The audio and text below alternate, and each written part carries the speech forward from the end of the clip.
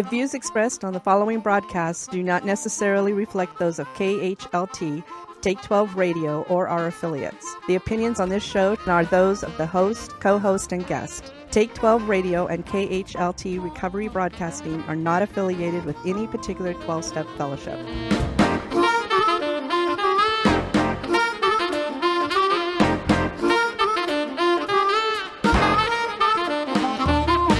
What kind of a show are you guys putting on here today? Get ready for a no-nonsense approach to recovery. It's that guy who's living the dream rather than dreaming of living. You know him as the Addiction Doctor. Now, here's the Monty Man to introduce Dr. Rob Kelly on this episode of Take 12 Recovery Radio's The Rob Kelly Hour.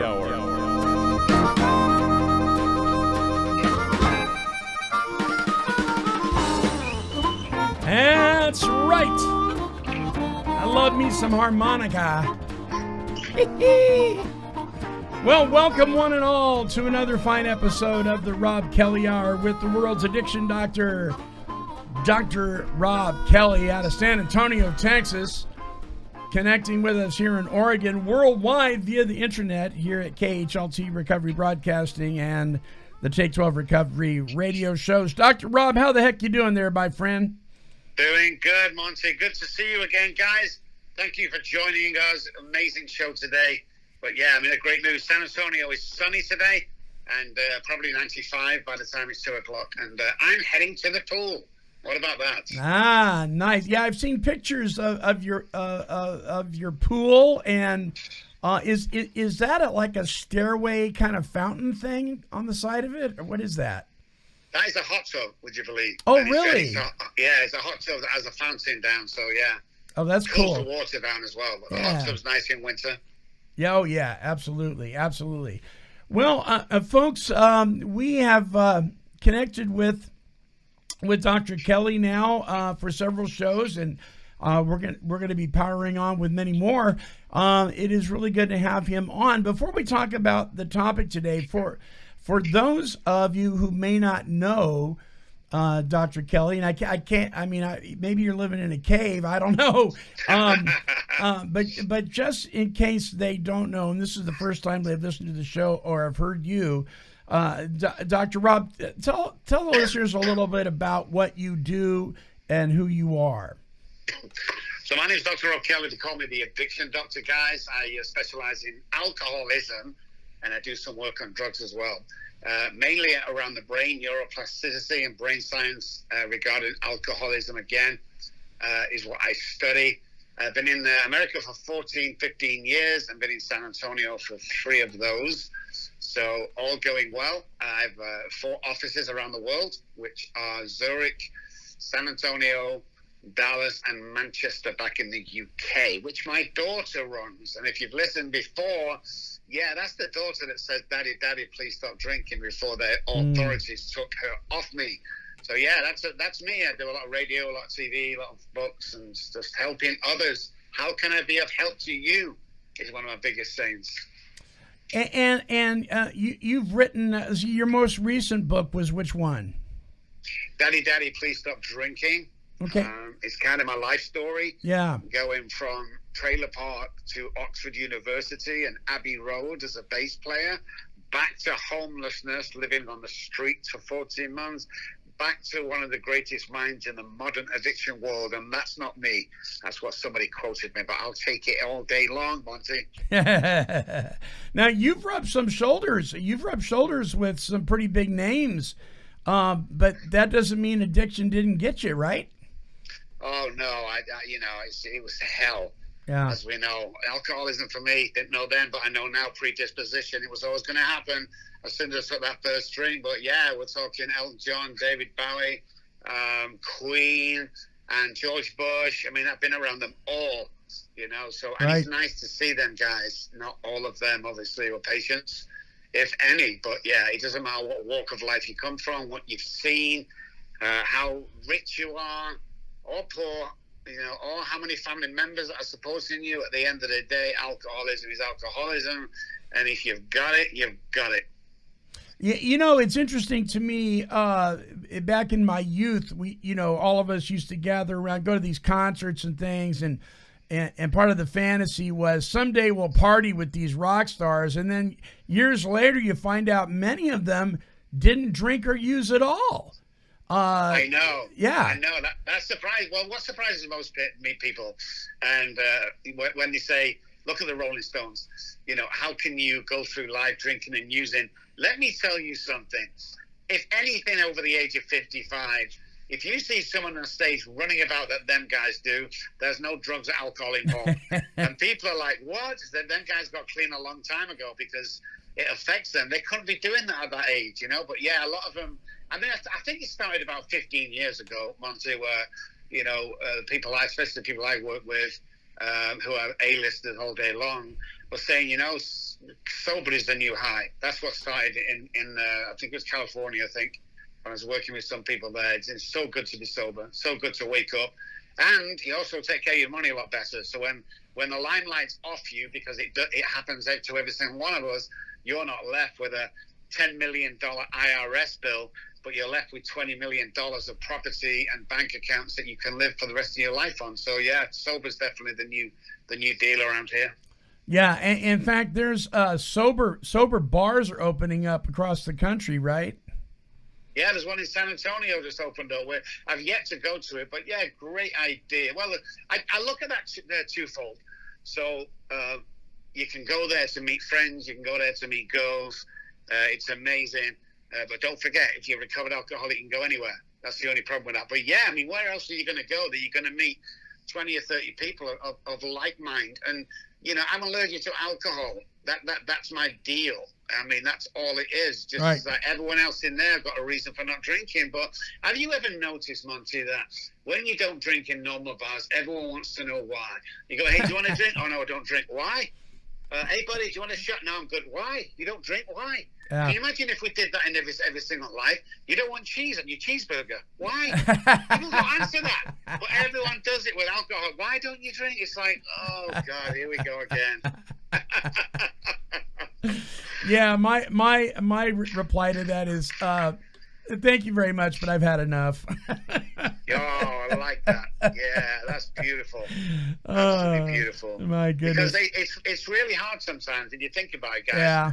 When you're drinking every day and you're mixing with them kind of people that do, if you hang around the same people, if you hang around 9 depressed people, you become a 10th kind of thing. Right. So when you pull away from that scene, I know a lot of people worry about dating and meeting new people and don't know where to go. Of course, in this society today, it's really easy. Everything's done online. But people are still, especially like people who've been around over 40, over 45, 50 maybe, they are automatically going, no, I can't do that. So, hey, here's the sober bars that are opening up all over the place. And I hope they're a success. I really do. Mm-hmm. Yeah, me too. Because there is something about camaraderie. That was the whole premise for the television show Cheers, right? It was about the camaraderie and the different personalities and that kind of thing. And what a lot of people don't realize is that you can have that kind of camaraderie and you don't have to drink. And it's like it's like the greatest news ever with some people. Wow, I have permission not to drink? Yeah, you don't have to. It's okay. And that's good stuff. Besides, you play pool a lot better when you're sober, believe me. Oh, yeah, and earn a few more dollars as well. Yeah, that's the nice thing about sobriety is when you meet. And that's why I like the meetings. I like the fellowship. The Alcoholics Anonymous is the book, as we know. The fellowship is the meetings. Is you're being with like-minded people. And our meeting Saturday morning, it's just literally opens at 8, starts at 9:30. People bring children in. People bring their husbands or wives in. There's food, there's coffee, there's drinks. And we make it a big party with everybody every Saturday because that camaraderie is phenomenal. I need that. And the book tells me I need that. So, yeah, it's amazing. So, yeah, good luck to these sober bars, and thank God for the fellowship. And developing a healthy community is really important because many of us didn't know how to socialize. And, people think, oh, I don't want to go to these meetings. Well, listen, there's much more going on. I remember taking my kids to the campouts and fishing trips, and we did all sorts of stuff. It wasn't just service conventions. There's a lot of stuff going on. So you got to get your feet. You got to put one foot in front of the other and walk in those doors for that to happen, though. So I encourage you folks out there, especially with the onslaught of all the Zoom meetings and everything. Those are fine and great, and I love them. But if that's all you've been introduced to because you're new in recovery and it's just been online meetings, I challenge you and I encourage you to go to a live meeting. You can't beat it. You really can't. Okay, we're gonna take a short break, and when we come back, I want to talk about marijuana a little bit. Now, I know your thing is primarily alcohol, but I want to get your opinion on something that's been going on. It's not new. It's been going on for a long time, but people are becoming way more vocal about it than they have in the past. And that is, if I'm going to Alcoholics Anonymous because they tell me this is about alcohol only, what business is of theirs if I'm popping pills or smoking pot or doing heroin for that matter? Isn't it just about alcohol? So don't go away, folks. More with Dr. Rob Kelly, the Addiction Doctor, when we come back. Check it out.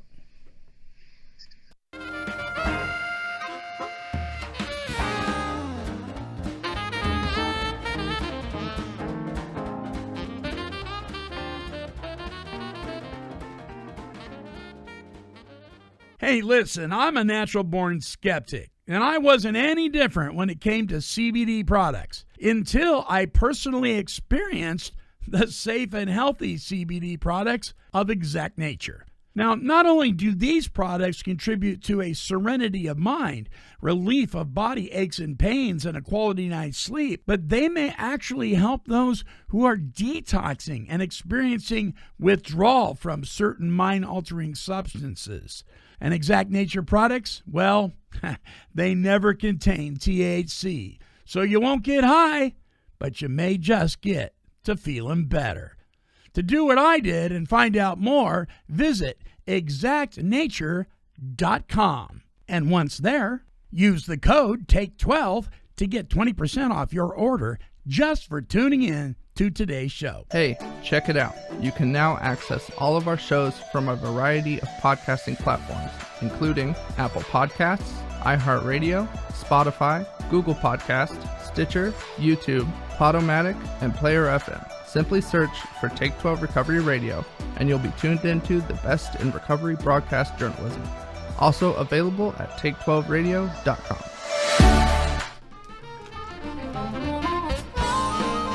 Welcome back to the show. You've tuned into the Rob Kelly Hour with the Addiction Doctor, Dr. Rob Kelly. Coming to you from San Antonio via Oregon. Okay. There's a lot of, if anybody's spent any time on social media when it comes to the recovery community, there's a lot of hubbub about, hey, listen, I'm going to AA meetings because I have a problem with alcohol. I don't have a problem with marijuana and other substances. I use them recreationally. I don't get arrested. None of the bad stuff happens. Only when I drink. So really, it's nobody's business what I do other than my desire to quit drinking, because that's the only requirement for membership in AA. And this is the kind of language that I'm hearing, Dr. Rob. What do you think about that? Oh my God, where do I start with that? I mean, goodness, I've got to preempt what we're going to say now by saying that, hey, my mom had cancer, and for a long time, at 10 years, they give her 6 months to live. She lasted 10 years. God bless her. When the morphine stopped working, she turned to marijuana. And I remember my sister asking me, is that bad? I have different thought patterns, first of all, on that. I think there's some kind of healing behind it, and I hope as long as the THC is taken out, of course. But I think it goes further than that. So, first of all, obviously, the only requirement is to desire to stop drinking. Anything anybody else says has got nothing to do with anybody in there. You know, there's loads of amateur therapists in Alcoholics Anonymous, so beware of that. You know, they want to tell you don't. I had some people telling to come off medicine that the MD, the doctor, has prescribed, and how dangerous is that? So Yeah. What do you think, Monty? I mean, if it's obviously primary alcohol, but does alcohol lead to marijuana that leads on to heavy drugs? I mean, what's your thought on that? Well, so first of all, let's look at this by the letter of the law, so to speak. Okay? So by the letter of the law in Alcoholics Anonymous, if somebody says this is about alcohol, first of all, we know that it's more than just about the symptom. There's so much emphasis on the on the substance and not on the solution. And we know that the whole purpose of the literature in Alcoholics Anonymous is to help you develop a relationship with a power greater than yourself to help you solve your problem. The problem in AA is a problem with alcohol. So if you go by the letter of the law, it really isn't anybody's business what other areas of your life you're dealing with other than alcohol. That's if you go by the letter of the law. The other side of the coin, in my opinion, is this.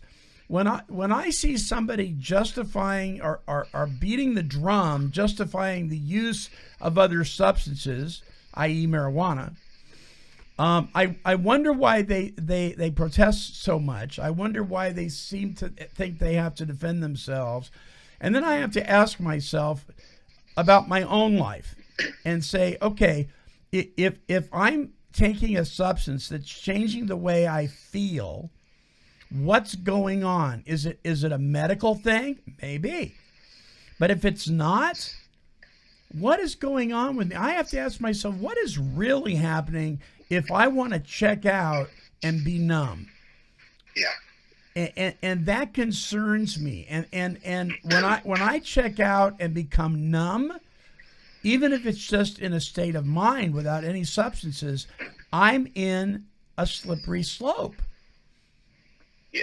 Yeah. Because if we look at any drug, alcohol, first of all, I want to put this out there, guys, that the alcoholic brain is different to the addicted brain. So drugs and alcohol react differently on the brain. That's why in the early days, they were adamant as alcoholics only. Of course, you get anything now. You can have any kind of addiction and go into Alcoholics Anonymous because you have a password, you have the key of desire to stop drinking. But I hear a lot of people talking about, it's just alcohol. At least this gets me through. So here's the deal, and this clashes with energy drinks. There's something in energy drinks that's different to coffee. Don't be telling me that's the same thing. It's just caffeine. No, it's not. There's a product in there that's very addictive with all energy drinks. So if it's not the alcohol, then it's not the drugs. What is it? Well, it's me. So if I'm going home and drinking non-alcohol beer, how long is that going to last? Well, not long. So it's the same with if the doctor gives you prescriptions to carry on, then you take it or you're not. That's your choice. Mm-hmm. But what you got to be careful of is, and people say to me all the time, is marijuana the gateway drug? Well, it depends who's the person taking it. If you have the addicted mind, then you're going to get hooked on something bigger. I stand by that statement. But if you are not, then it's never going to cause you any harm. I've never seen anybody on the streets that say, I've smoked too much marijuana and I'm homeless now. I've never seen anybody do that. I've never seen anybody beat the wife up because they were smoking marijuana. So there's a lot of pluses and negatives where I come from. But if we're going to AA and using other substances, like you just said, Monty, what's the real deal behind that? It goes much deeper. So the symptom, the alcohol, what's happening with the disease, what it centers in my mind, what's going on internally for you that you have to do that. Mm-hmm. And that's what people are missing, I think, is what's really going on here, that you have to take something to numb out. Because, again, if it's not the alcohol, it's not the drug, what's it about? It's about you. It's what's happening. So, do you know what the real gateway drug is? It's called trauma. Trauma, yeah. Yeah, and you have to go back and you have to clear that stuff up because something's got you using stuff to get you out of you. And then we go to AA and we say, well, at least I'm not drinking. So you got to ask yourself that deep point. Is this, who are you fooling here? Are you fooling the fellowship because you want to fit in? Great, keep doing that. But you're not really fooling yourself because you picked a substance. And the amount of times, Monty, when people go, oh, well, I just use drugs. I don't drink. But what happens when you drink? Well, I start using drugs. Really? So the alcohol comes first, and then you go into every time. Yeah. You know, you can't have both. Pick a side, jump on it. And if we're talking about permanent recovery, the book talks about, and many of the old timers that me and you know, Monty, then it's got to be complete abstinence, is what the book says. Now it's talking about alcohol, but it's complete abstinence on anything that changes your mind or body into a different feeling. So when you're banging down, hey, I'm not drinking today, Rob, but I'm banging down 7, bang energy drinks to keep me going. What? Right. When did you ever do that when you were drunk? You never. Have you got no energy? Let's look at how much water you're taking, exercise you're getting, the food intake. You shouldn't need 6 cans of energy drinks to get you through the day. There's something going on there. Yeah, indeed. Yeah, so I think it again, if we want to hook up with the traditions police, I suppose it's nobody's business what you do other than alcohol if you're going to AA and you have the desire to stop drinking, right? I mean, but I don't know, Rob. I want to do more with my life than just hold myself within the strong boundaries of a tradition. I want to broaden my spectrum of my quality of life. And I get it if some people only want to quit drinking. I mean, really, when you think about it, if a person wants to quit drinking and they go to AA and they're successful at not drinking anymore, even if their life is crap after that, they've accomplished what they've wanted to accomplish, supposedly. And who am I to say anything different, right? I mean, correct. And I agree with you 100%. The only part I would add there, Monty, is if you go to meetings and do no work, then you're not the real alcoholic the book talks about. Right. But hey, come in. You want to desire to stop drinking, come in. If meetings keep you sober, great. Keep coming back, all that great stuff. But if you go to a meeting where you see little Johnny in the corner that's suffering from untreated alcoholism and his wife has left him and his job's left him and he wants to just go home and get a gun and blow his head off, shut up. Yeah. You've got nothing to say to him. You've got nothing to say to him at all. So yeah, I'm pretty strong on that. Only a real alcoholic can help a real alcoholic. Sure. And a real alcoholic needs a real book and real substance to dive into. So I see them all the time, especially when I used to travel around the world. I'd see, this is a bold statement, but I can back it up. 85% of people in AA anywhere around the world are not the real deal. I agree. That's the deal, you know. So it's up to you. So those people, AA. If we look at Alcoholics Anonymous as a whole, there's a 3 to 5% success rate right now in alcoholism, and I believe that. I've seen some terrible stuff. Yeah. But if you look at the guys that want to come to AA and get well and hang around with the guys that are from the book, they're really sensible, and the gentlemen, the success rate is 100%, because that's what the book tells us. Rarely have we seen a person fail. Can you imagine me going out today, found a rare coin on the floor worth $10 million? Isn't going to happen. It's the same thing they're telling you. So AA has become two sides.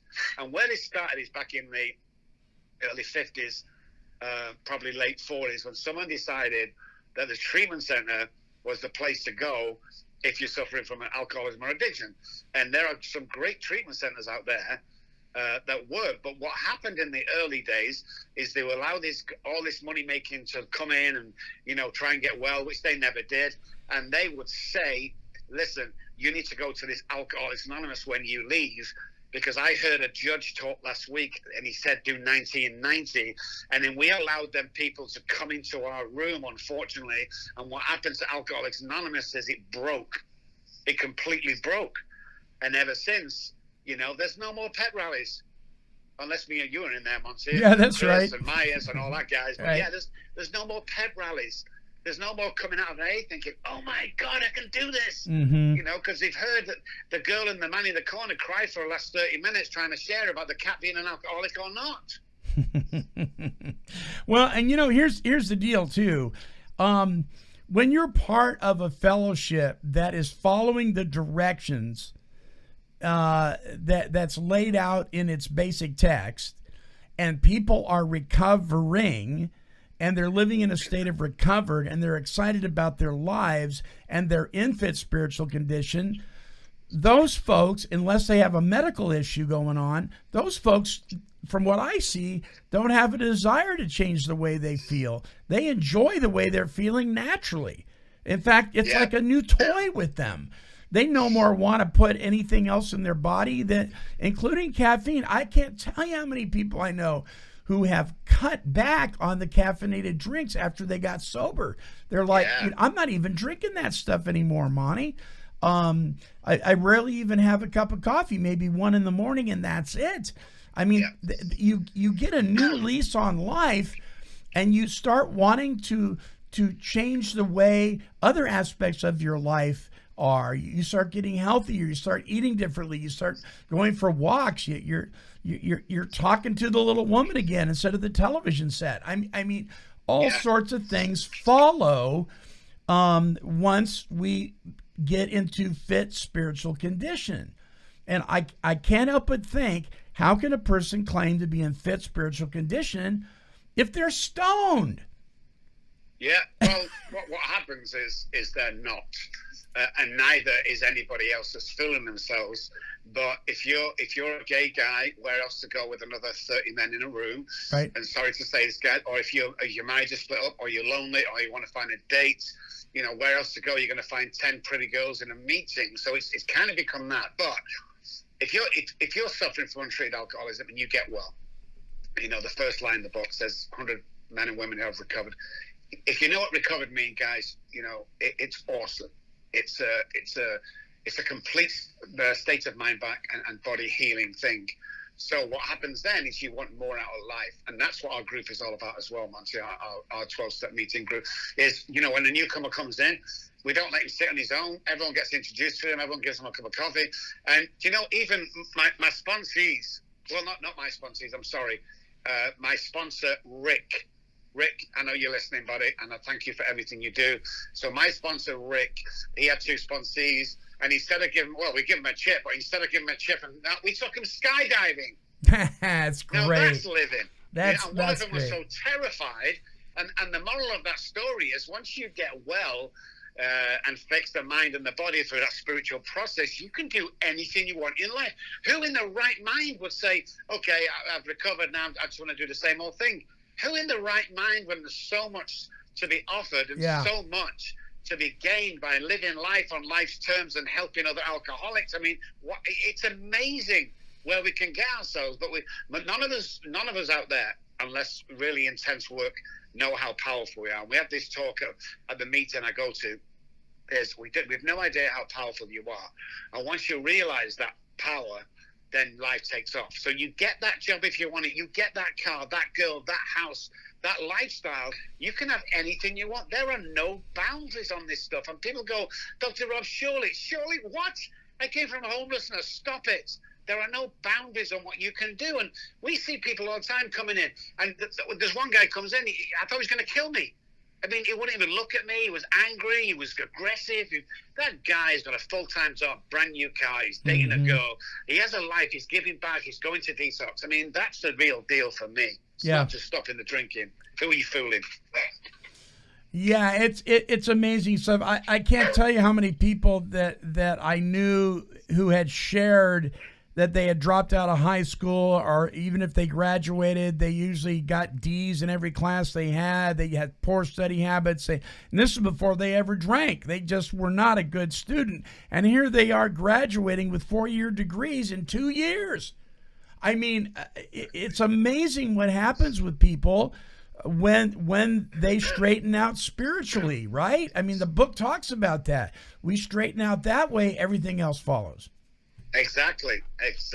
And it will solve all your problems, it says. And that for me was just phenomenal when I read it, first of all, because all my problems with me. That's why they guaranteed that one, because it was all me. Yeah. I sat around and I drank and pour me, and I drank everything till everybody was gone around me, and everything was taken away from me. I mean, if you're the real deal, or if you're not, come in, get involved. Get involved with the bowling, get involved with the meeting after, getting phone numbers, start texting each other, get involved. you know? Yeah. Because there's a lot of life out there after drinking. There's a ton of life. You see, you've heard my story, you know, in a hotel, Savoy Hotel with Elton John. You know, if I thought that was it, living the dream.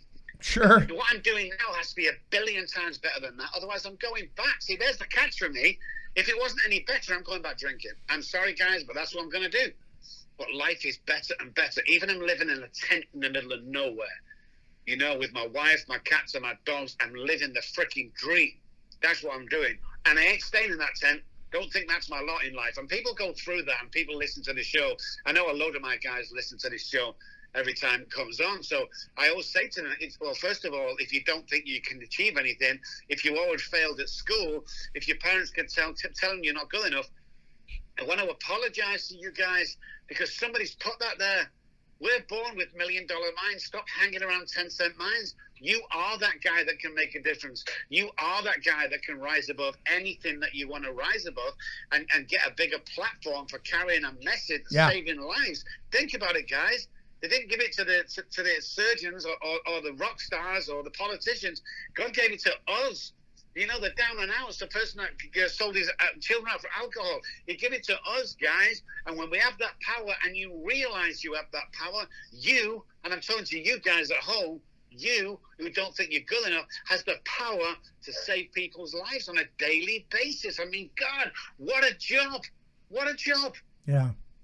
Yeah, it's powerful stuff. We don't even realize what an honor, what a privilege it is to be involved with people's lives. I mean, gee, I remember an NBC affiliate came out to the studio years ago, and their question was to me, Monty, what is this really about? And I said, look, it's about the one. If we reach one man or one woman and we're effective in their life to improve their quality of life, to help them recover from whatever it is that is killing them, that's what it's about. That one person. And so I tell people, you know, I don't know if I've got anything to offer. Well, you'd be surprised how much you do have to offer. All right, I gotta make a shout out here really quick. Listen, September is coming up. It's just a little over a month away, and of course, you know, September is National Recovery Month, and up here in Oregon, I want you to visit walk4recovery.org. Walk the number 4 recovery.org. We're going to have a Walk for Recovery sponsored by Oregon Recovers Medford. It's September 10th. In Eugene, September 12th. In Bend, September 18th. In Portland, September 25th. And in Klamath Falls, October 9th. Join us and Take 12 Radio throughout National Recovery Month to reignite your passion for recovery and to welcome back anyone who may have been disconnected from their recovery during the pandemic. This is the kind of activities that Rob and I are talking about, getting involved with, not just the meetings, but things like these walks for recovery. And during National Recovery Month, almost every state is doing something. They're doing Hands Across the Bridge. They're doing walk runs. They're doing sporting events. Get involved. Find out what's going on in your hometown, your county, your state, and be part of the recovery community, supporting breaking the stigma of the number one health crisis in our world, addiction. And you will make a difference just by showing up, right, Rob? Oh, definitely. Get involved, guys. That's the real deal. Yeah. Just get involved. Yeah, it's absolutely important. So, you know, I'm not a medical doctor. I'm not about to throw somebody under the bus that's using cannabis for medical reasons. I don't know enough about that. But I got to tell you, the folks I'm talking about, that's just not what they're doing.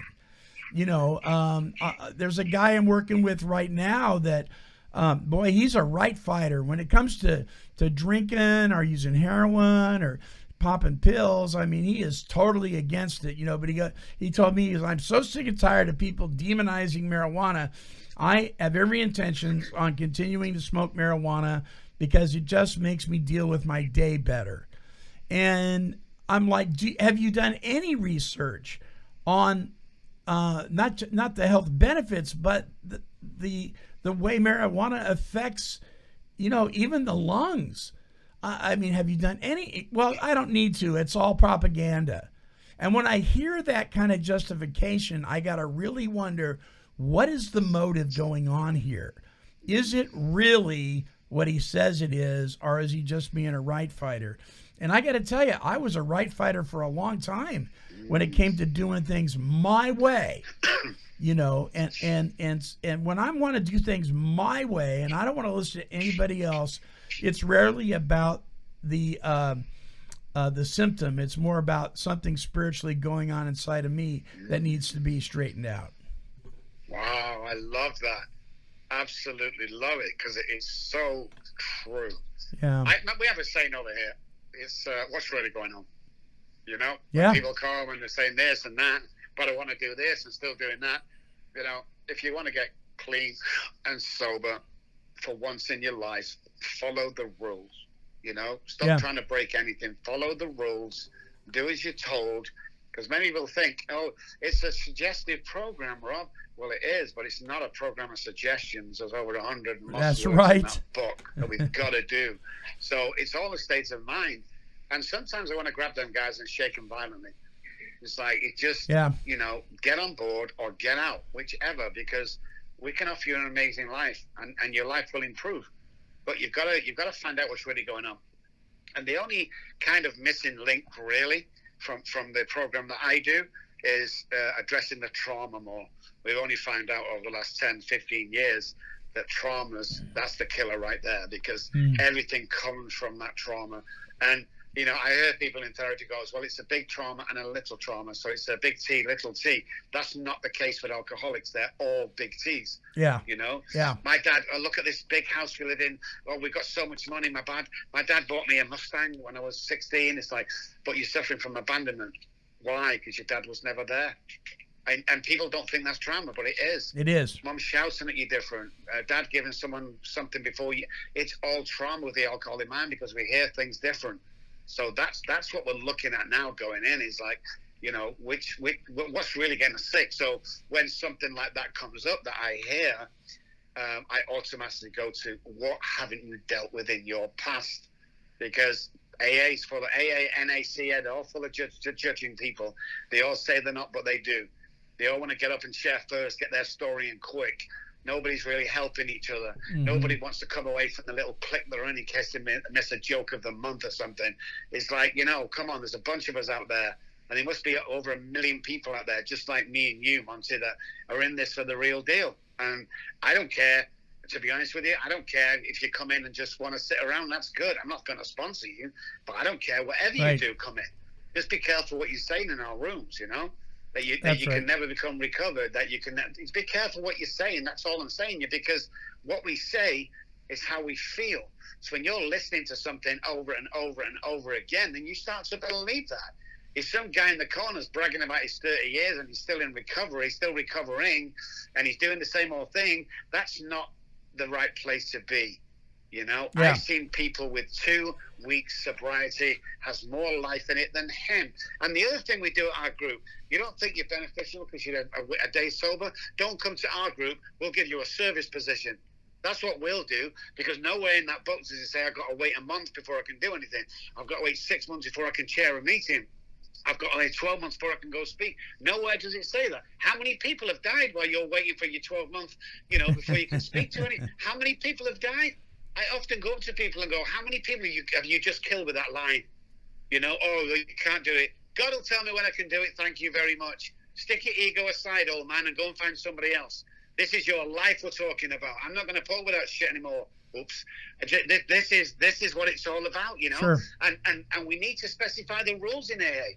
Don't take any crap off anybody. Listen to your peers. Listen to what they want to say. And if you say to yourself, wow, I want what he's got, there's your boy right there. Go over and ask him if he can be a sponsor or spiritual advisor. Don't wait for the other guys who are telling war stories, who will probably come over you. And if anybody comes up to you, by the way, and says, I'll sponsor you, run like crazy. Mm-hmm. And so you find somebody you have to approach. It's all part of the humbling period. That the book says that his attention, the newcomer, should be drawn to me, a person who has recovered. That's my talking. That's my way I walk. That's everything Right. I do about me. That's what draws people in. So much energy. Get energy. Listen, I might be the only person somebody sees today who's going to go and blow his head off because of alcoholism. I might be the only person he sees is going to say happy, going to see an aggressive, in a nice way about getting well, and he's going to see a future for himself.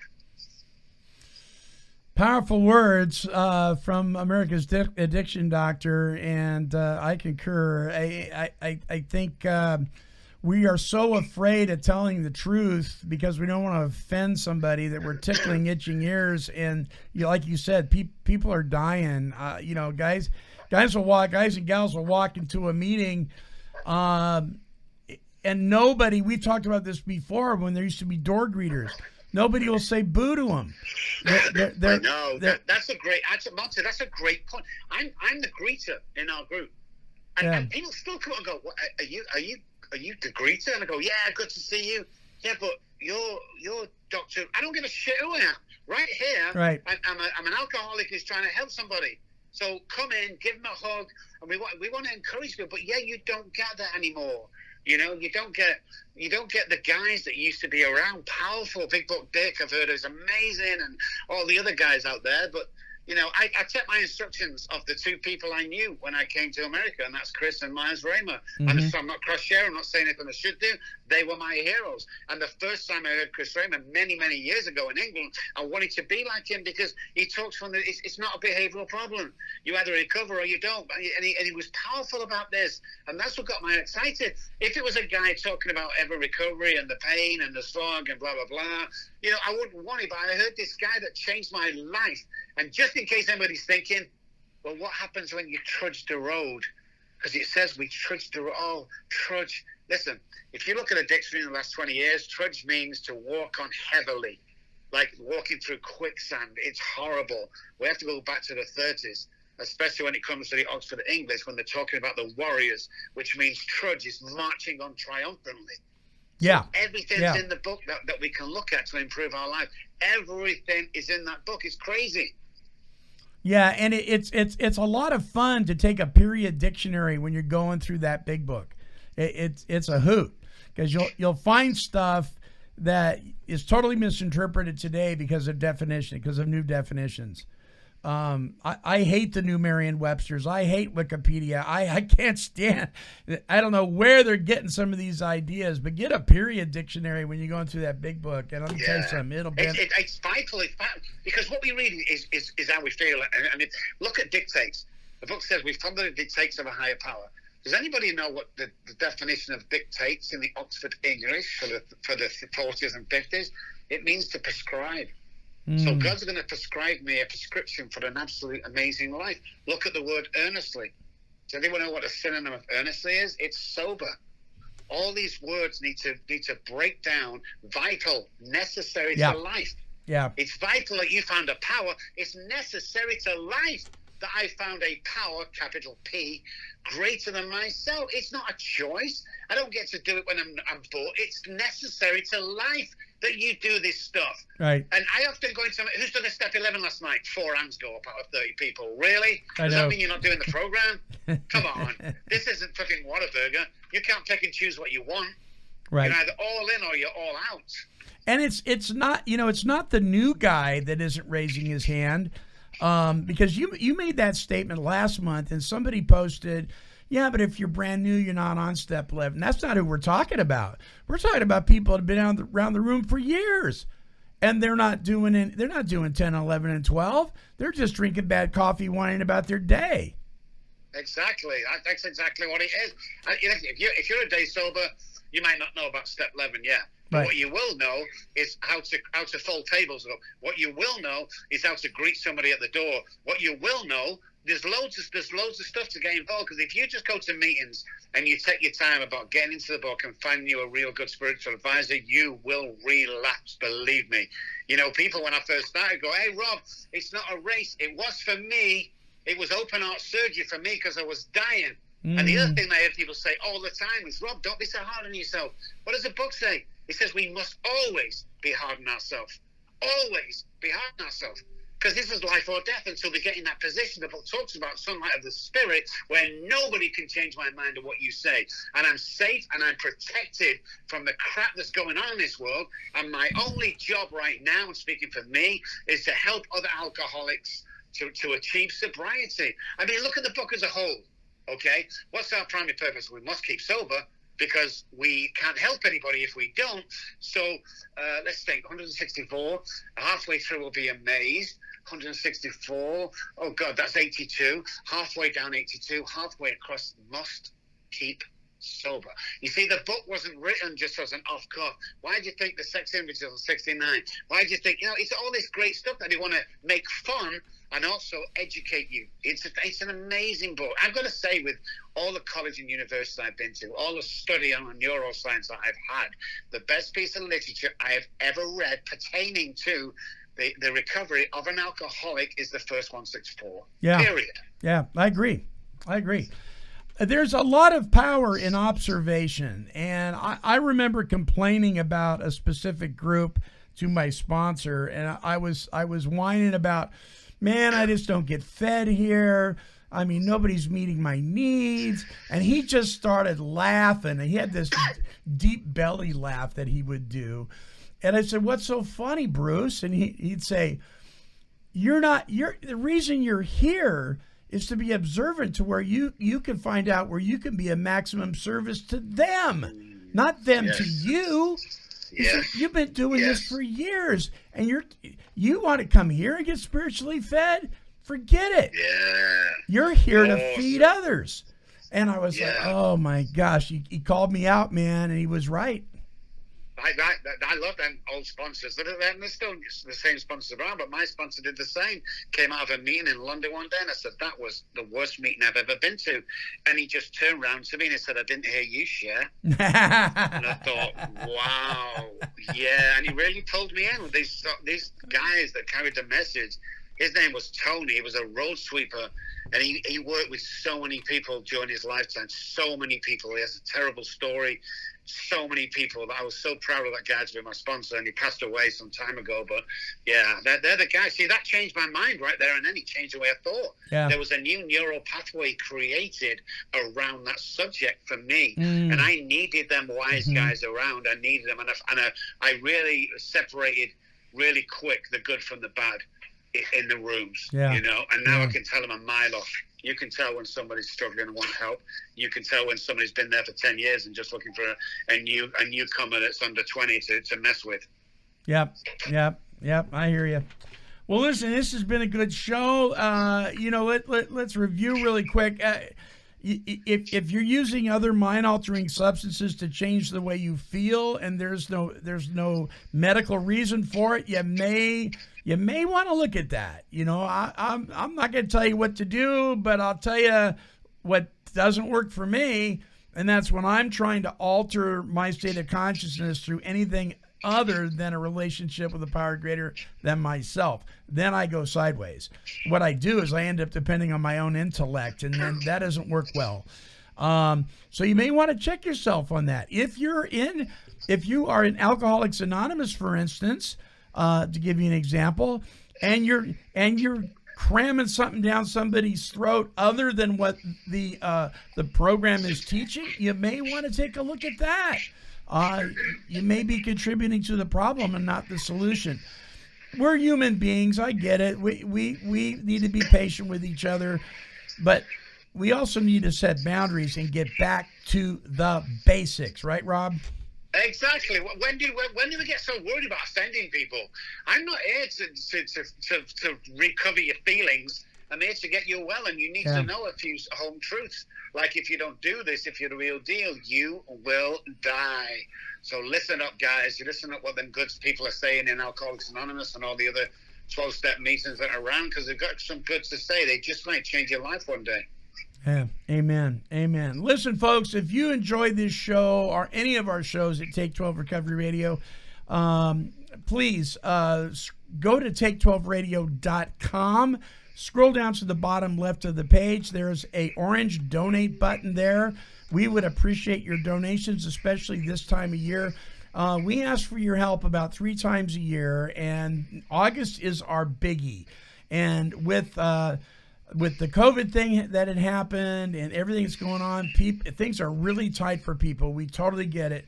And it's no different than us. We're up against some big bills, and we would appreciate no amount is too small. We got a lady right now, Rob. She donates $2 every single month, and she is faithful every month to do that. Bless her heart. That reminds me of the Bible story of the lady that only had one denarius. She had 1 penny, and the Bible says, who gave the most? Her that did it, or the people that gave huge amounts? It was her, because of her heart and her passion for what she was doing.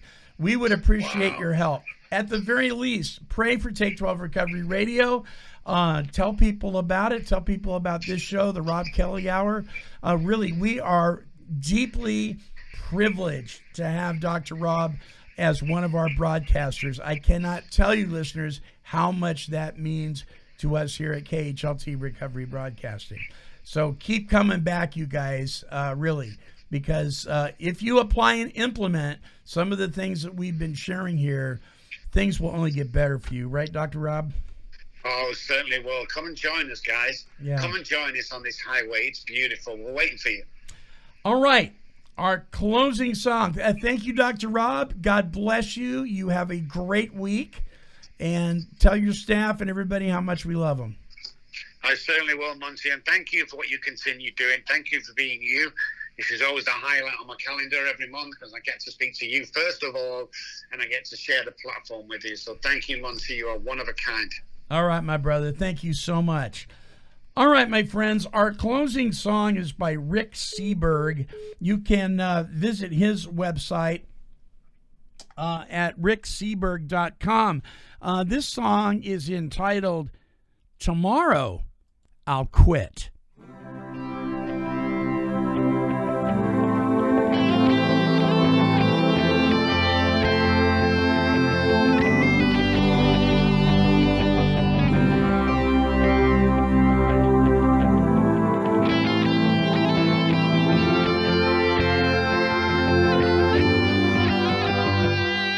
Well, I wish you were here, but I see that you're not.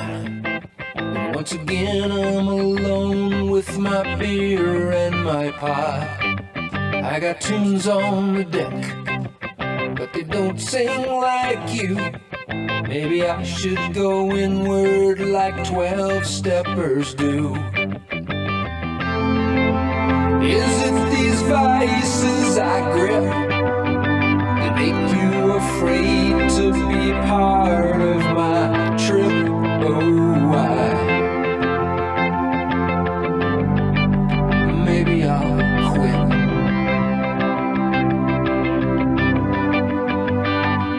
Well, if you think I'm bad karma, and you think I'm black death, if you think I'm abusive with booze on my breath, then I wish you'd just say it.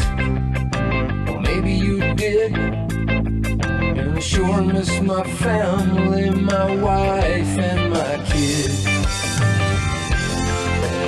Is it these vices I grip that make you afraid to be part of my trip? Oh, maybe I'll quit.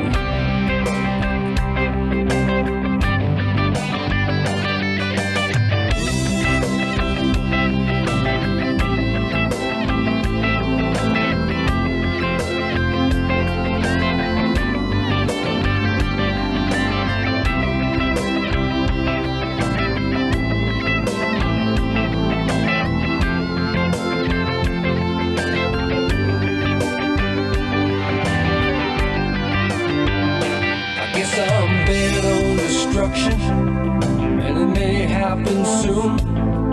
I've been hoping you'd forgive me at the saloon. So I promise I'll change. I'll just summon my will. I'll abstain from the booze and the pot and the pills. Oh, mother, is it these vices I grip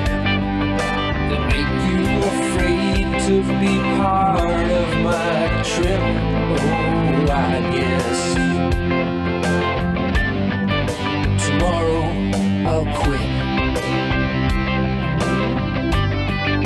Tomorrow I'll quit.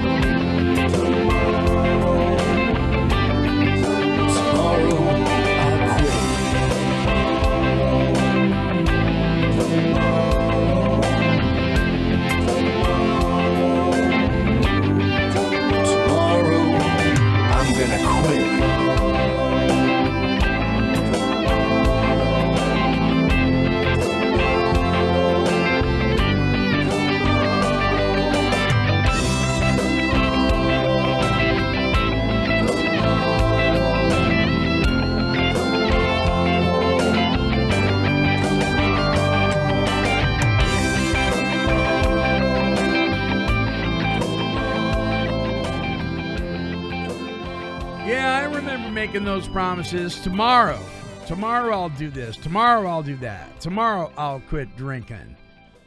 Yeah. All right. For more of Rick Seberg's music, visit his website at rickseberg.com. That's Rick, spelled R-I-C, Seberg.com. All right. Many thanks to our incredible co-host, the addiction doctor, Dr. Rob Kelly, on this episode of the Rob Kelly Hour. And until our next broadcast, this is the Monty Man, and I am wishing God's perfect serenity for you. This has been a broadcast of Take 12 Recovery Radio and KHLT Recovery Broadcasting.